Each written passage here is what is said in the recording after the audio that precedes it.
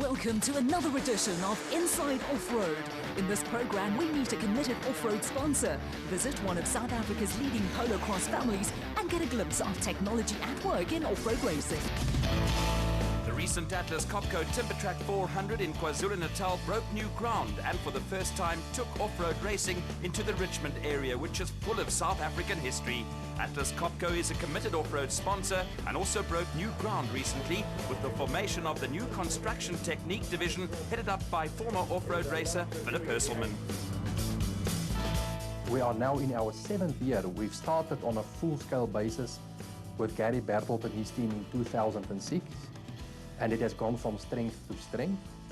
We have seen that, and still today we are convinced that it is a very good platform for us to build our communication and in terms of brand awareness. We have seen a lot of direct business coming out of this, and also opportunities, because we see our customers and prospect customers coming to the events, and also some of the competitors are our customers. So we see this as a very important platform for communication development, and we will continue in the future to do just that. Dedicated Atlas Copco customer centers already exist throughout the world, and Construction Technique will be tasked with developing customer centers in Southern Africa, delivering class-leading equipment and services across the entire product portfolio. Atlas Copco, if especially we look at the compressor technique and the industrial tools business area, those two business areas, they are synonymous with the motor industry. Atlas Copco today enjoy a very large share of business, of customer share in that type of business. For our compressor business area, we can proudly say today that there is not one motor manufacturer in this country that does not use Atlas Copco products. So that in itself tells you a story. Then if you look at the industrial tools business area, they have some very efficient and state-of-the-art tool equipment that make our motor manufacturers give them a better time to assemble motor cars on a daily basis. The Atlas Copco off-road team runs cars in both the special vehicle and production vehicle categories of the APSA Off-Road Championship. Privateer teams are the backbone of the sport, with Atlas Copco playing a leading role in this respect. Harry Smith in the Free State is home base for Unifreight, one of South Africa's largest transport companies. Affable owner Cobus van Tonder combines business with pleasure with off-road racing and polo cross, two passions he shares with his family. Daughter Jocelyn and sons-in-law Freddie Krill and Gary Spilsbury are stalwarts in South African teams in the international polo cross and polo arenas. We are, as many families, a very close family, and because of that, we prefer sport where the whole family can be involved in, like the horse sport and now the motorsport that we are involved in. Before turning to off-road racing, polo cross was a favorite recreation for Cobus and his wife Elaine, who passed on their love of horses to their 5 children, who all participate in equestrian sports. Myself and Elaine, my wife, were playing polo cross quite some years back, and the kids were small at that stage. And at some stage they start playing with us, and eventually they grew older, and they actually eventually got better than what we are. And then we decided to give them the backup from the sideline, and we supported them and take them to all the events. Turning to the future, Cobus is looking forward to seeing his son Jacques and youngest daughter Lizelle follow his footsteps into off-road racing next season. Yeah, definitely. I mean, I'm getting older, and I want to get my younger kids also involved. They are very interested, and I think Lizelle and Jacques, my son and daughter, will start participating in the sport in the year to come. Horses are the first love for Unifreight workshop manager Freddie Krill, who has represented South Africa at polo cross in all age groups. Freddie has now switched from polo cross to co-driving for his father-in-law in the Unifreight Ford Ranger in the APSA Off-Road Championship. Eintlik 'n perreman. Ek het van baie vroeë ouderdom af polo cross gespeel. Ek het in Suid-Afrika op alle vlakke gespeel, van juniors af tot seniors, en ja, ek het dit nou verruil vir motorsport. Horses and polo cross are also a common denominator for Freddie and his wife Sune, who first met when they played together for the South African under-16 team. En definitief ek het my vrou daar raak geloop. Ander hoogtepunte is ook ek het vir Suid-Afrika se seniorspan gespeel in Australië. dit was maar my groter prestasie in polocross geweest. They say the family that plays together stays together, and that is certainly true of the Van Tonders from Harry Smith. Ja, hulle speel almal vandat ek baie jonk is saam met my. My vrou het saam met my junior vlak gespeel. My skoonsister Jocelyn het op alle vlakke gespeel in Suid-Afrika. En my swaar Gary het ook op alle vlakke gespeel. Hy het ook vir Suid-Afrika gespeel. So far this season, Cobus van Tonder and Freddie Kriel have had mixed fortunes in the Unifreight Ford Ranger and are hoping that taking delivery of a new car will turn them into production vehicle frontrunners. Ons doelwit nou is maar net om 'n paar races te probeer klaarmaak en dan ja, as die nuwe kar klaar is, wil ons probeer voorry. For the Van Tonder family, business and pleasure are all in a day's work.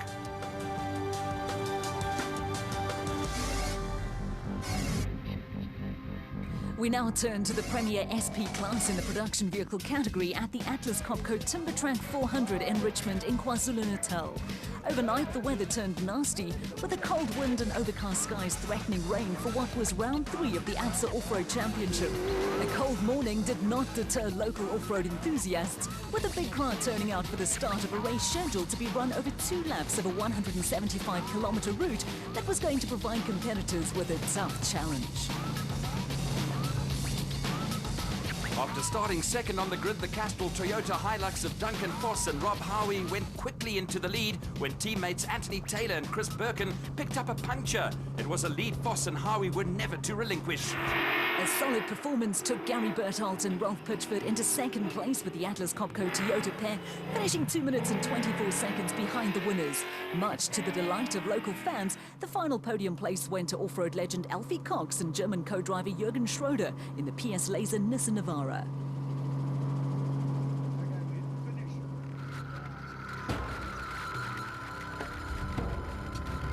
After winning the Donaldson Prologue that saw them first on the grid, Anthony Taylor and Chris Birkin brought the second Castrol Toyota Hilux home in 4th place. A puncture and brake problems late in the race didn't help their cause. The Castrol Toyota was followed by Hannes Grobler and Henny Tersteger in the RFS BMW X3, who brought into play all their vast experience.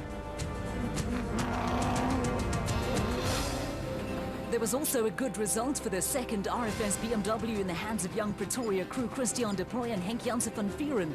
6th place and valuable points was due reward for a solid performance on a route that turned out to be tougher than most people expected. There was a change in fortunes for reigning South African champions Jannie Visser and Joks Leroux in the International Truck Toyota Hilux. After a disappointing start to the season, the Northwest crew scored their first points in the championship, and behind them, Free State crew of Lou de Bruin and Rian Greiling ended a lean spell and also opened their account in the Rubicon Ford Ranger.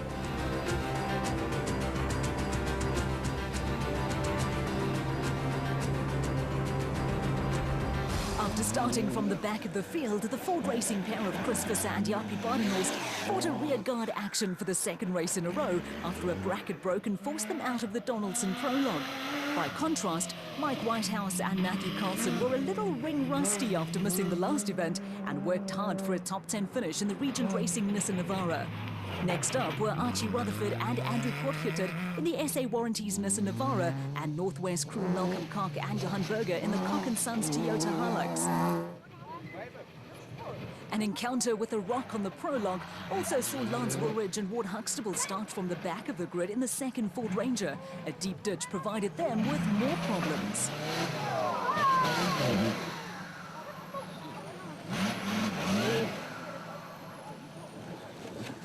That's right. What seems to be the problem? Papier. Papeel? Ja. Oké, hoe ver is jullie achter?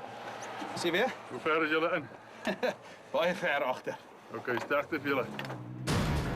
Former circuit racer Henny de Klerk and Keith Solomon were the last of the classified finishers in the LA Sport Toyota Hilux. A tough route and the conditions took their toll, and amongst the casualties were Bulmer stud crew of Picky Labuskachny and Rikus Erasmus, who was sidelined when they broke a steering control arm.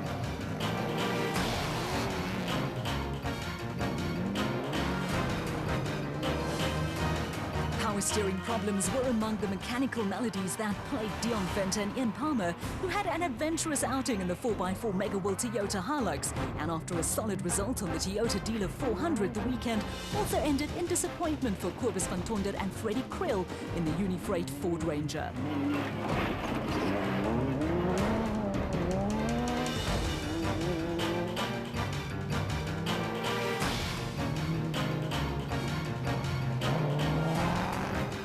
Score Ford Ranger of Graham and Trevor Leith was also forced to call it quits, with the pair picking up their second did not finish in 2 races. They were joined on the sidelines by Willem Vos, co-driver Rudy Balzer, when the Fossies BMW X3 hit a hidden log that ripped the prop shaft from its mountings.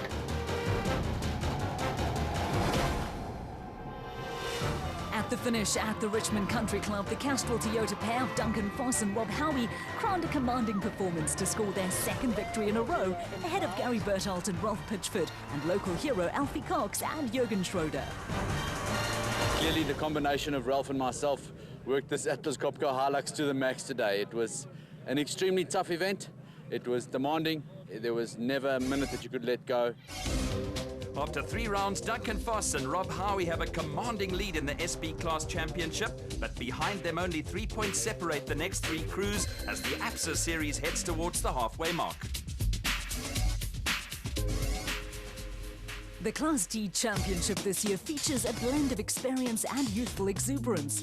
Former champion Cliff Weichelt and Johan Smallberger provide most of the experience, with youngsters Jason Venter and Vincent van Alleman, and in Mpumalanga brothers Johan and Werner Horn, the youthful exuberance.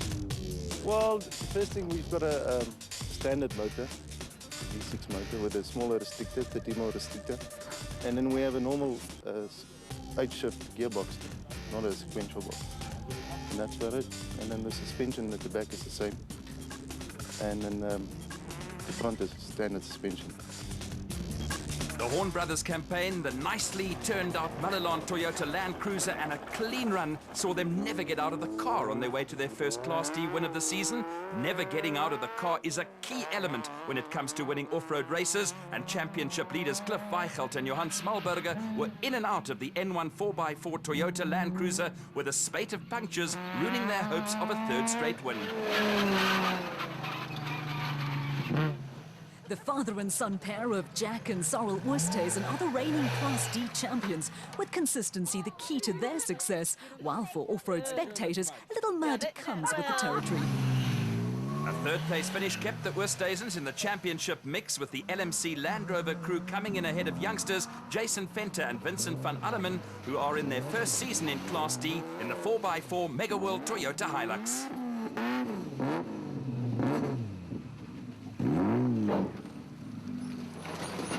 If at first you don't succeed, try again. The Class D Championship sees Land Rover taking on Toyota, with Cliff Weichelt and Johan Smallberger enjoying a 12-point lead over Jack and Sarel Oosthuizen, with the Horn Brothers edging out Jason Venter and Vincent van Alleman. The Class E battle for 4-cylinder vehicles saw Dirk Putter and Koos Claessens arrive in Richmond looking for a hat-trick of wins in the Elite Furniture Removals Toyota Hilux. And on the first loop of the race, all appeared to be going to plan. Championship leaders Dirk Putter and Koos Claessens quickly built up a comfortable lead over Johan Griffian and Willem Marere in the Force-fueled Toyota Hilux, and local crew of Rowan Lamb and Lyle Parker in the ex-factory Ford Ranger. The venerable Ford Ranger has won around half a dozen SA championships, taking the likes of Manfred Schroeder, Jack Peckham and Ward Huxtable to national titles. Young and old were enjoying the action, but it was turning into a tough day at the office for Deirdre Cutting and Buck Saliers in the Transcore Toyota Hilux, and battery problems saw them join the growing band of non-finishers. With the weather closing in, the second loop of the race was cut short by 80 kilometers and produced an about turn in Class E, with Rowan Lamb and Lyle Parker taking the Ford Ranger to another national win. A maiden victory for the Natal crew, who moved into the lead when Dirk Putter and Koos Claessens lost time, helping special vehicle crew of Quinton and Cully Sulwald. Putter and Claessens also demonstrated how a little teamwork pays dividends as tricky sections are encountered on the route.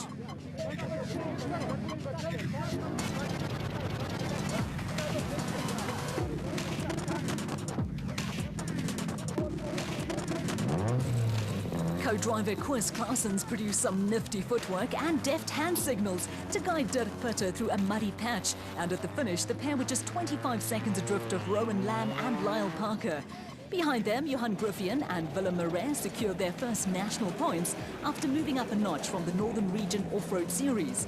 The win for Lamb and Parker moved them to within 2 points of Putter and Claessens in the Class E Championship, with Griffian and Marais and Hatting and Silius tied for third.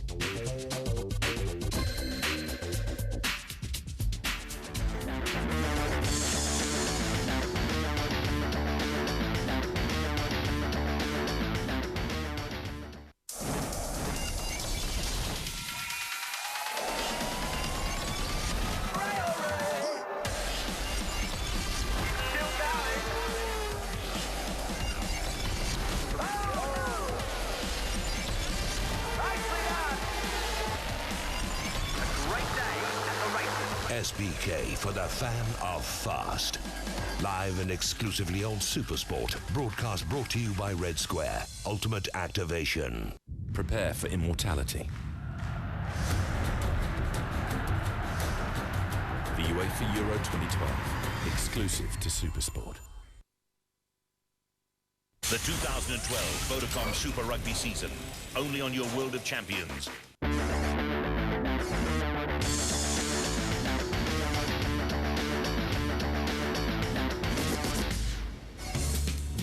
Technology is part and parcel of off-road racing, and Donaldson Filtration Solutions are an integral member of the APSA off-road fraternity. Off-road racing provides the ideal test and research and development for a wide variety of products, and the slogan of "Give us dirt and we'll give you winners" sums up the role Donaldson products play. Where we started out just doing air filtration, we've progressed into the liquid side quite heavily over the last 25 odd years. Hydraulic industrial air filtration. Bulk fuel filtration, we do quite a lot on bulk fuel filtration with the big fuel companies. And then a lot on the mining side, that is primarily our big line, is the mining side. And then since 2001, we got involved with the off-road fraternity. Motorsport technology never stands still, and the range of products Donaldson Filtration Solutions bring to off-road racing is constantly growing and evolving. From a Donaldson perspective, the feedback from competitors provides valuable information in terms of further product development. The ones we're using primarily at the moment is this particular unit over here. It's what we call our FPG style of air cleaner. It's a plastic housing. It's a two-stage air cleaner. What it does is the first stage is a cyclonic effect inside the air cleaner, which separates out all the larger particles of dust. The second stage is the primary filter, which catches the finer dust. It's got an efficiency of 99.98% efficiency. We've gone on to stages where we're putting on a lot of our wet filters onto the unit. Onto some of the guys' vehicles, we're putting fuel water separators onto them, where they are filling up their tanks to make sure they're getting clean fuel through. We're putting on power steering filters, using some of our hydraulic stuff for that. And in some cases, we're using some of our lube or oil filters as well for them to use on their engines as well. So yeah, feedback is phenomenal to us. We're getting good feedback, and after every race, we get a guy come in and say, "Hey, come and see me, please, I've got a problem. Let's see how we can sort out the problem." And that's what we're trying to do. We're trying to get the guys sorted out there and keep them running efficiently. Back to the Atlas Copco Timbertrack 400 in Richmond in KwaZulu-Natal, and we turn our attention to Class A in the special vehicle category. With a tight route and the threat of rain, all the indications were that it was going to be a long day at the office for the special vehicles. It was all smiles prior to the start, but already race officials were putting into place contingency plans should the weather take a further turn for the worse. The first of the Class A cars came under starters orders with the PHB bat of Marius and Jolinda Fourie. They were flagged away by the clerk of the course, Rex Boreham, with Special Vehicle Championship leaders Johan van Staden and Mike Lawrenson next on the road in the Atlas Copco bat.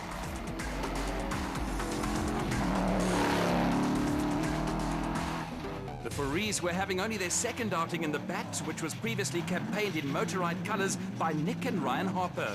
The Fourie husband and wife team are also in their first season in the Premier Class A category after moving up a notch from Class B, where they were part of a small band of crews to have won a national event outright.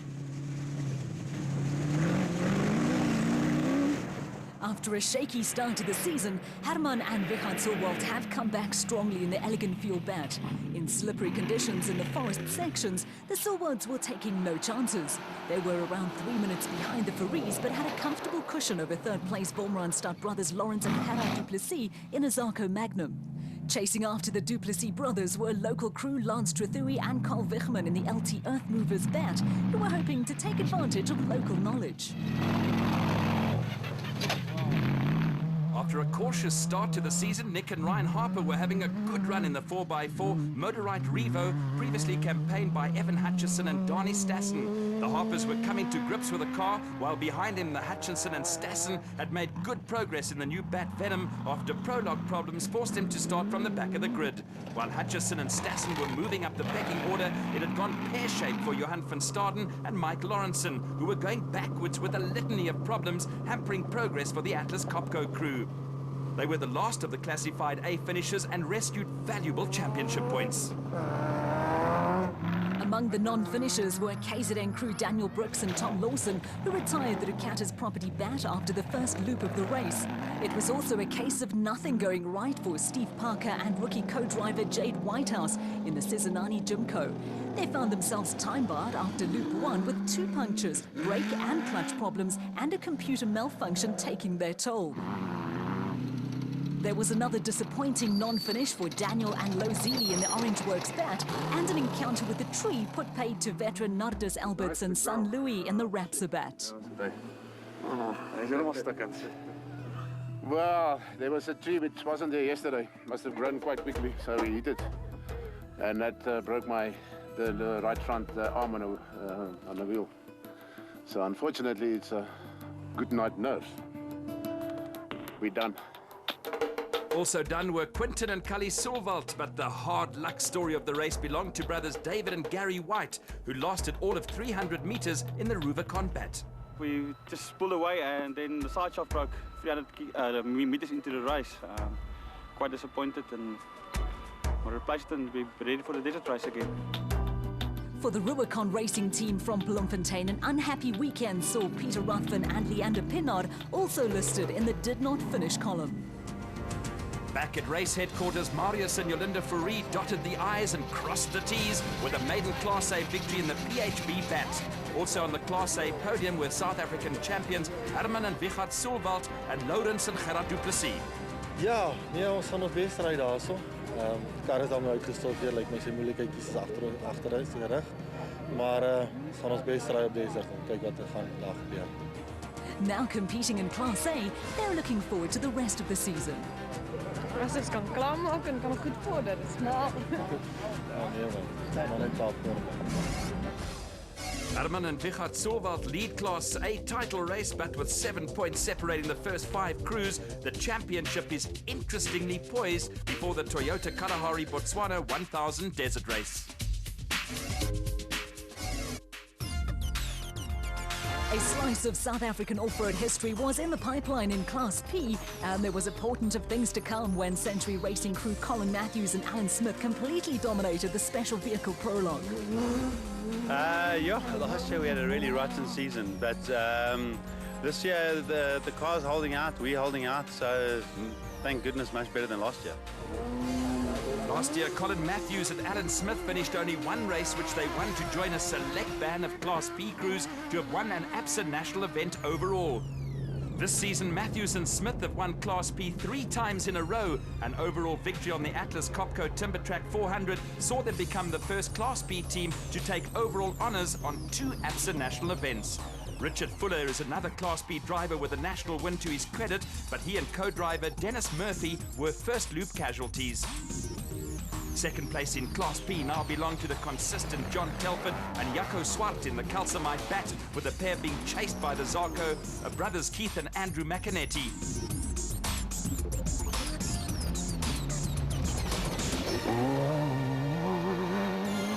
Not far behind the McInerney's were former Bluebell rugby player Kutsia Labuskachny and daughter Sandra in the Raysonic Zarco.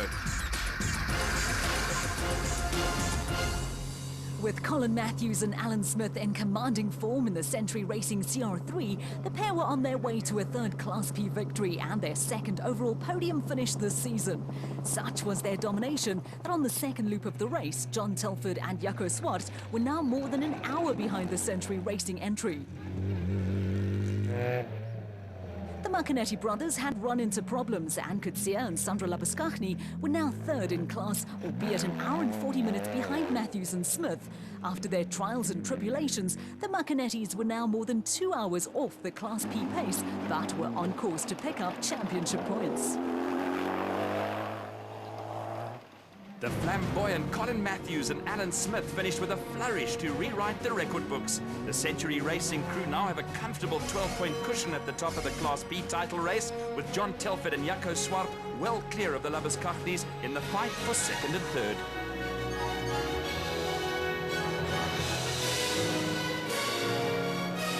South Africa has a high profile in the world of off-road racing, and the ABSA Off-Road Championship has been given a further boost with the Toyota Kalahari Botswana 1000 Desert Race added to a new initiative by the organisers of the Dakar Rally. The organisers of the Dakar, which takes place in South America nowadays, have created an event called the Dakar Challenge, which is 4 events which will form it, 2 for motorcycles and 2 for cars. The first car event will in fact be the Toyota 1000 in Southern Africa, the event in Botswana, and it will be part of the Dakar Challenge. Very simply, if you enter the Dakar Challenge at the Toyota 1000 and you win it, and you haven't been in the top 10 before, which really is only one South African team that I know of at the moment, you qualify to get free entry for the driver, co-driver, transport of the vehicle from Europe, and a number of other things.